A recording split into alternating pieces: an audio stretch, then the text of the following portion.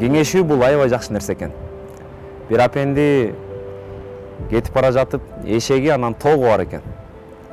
Бирок бир эле дилдеси бар экен. Азыркыча айтканда бир тыйыны бар экен да.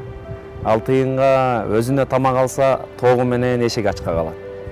Тогуна тамак алса, эшеги менен өз ачка калат. Анан минтип ойлонуп, келгиле кеңешели дейт экен.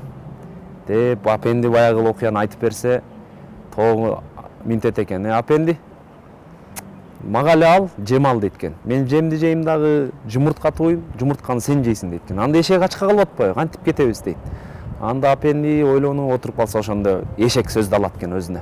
Апендим, бул жакта ойлоно турган деле нерсе жок. Ошол бир тыйынга бир арбуз алыңыз. Арбуздун ичин сиз жеңиз. Данеген тоок жесин, сыртын мен жейин дейт экен. Урматтуу бир туугандар, кандай адам болбосун, кандай нерсе болбосун, сөзсүз түрдө биз кеңеш жана андан сабак алсак болот экен. Андыктан кеңешип кеткен бармак оорубайт.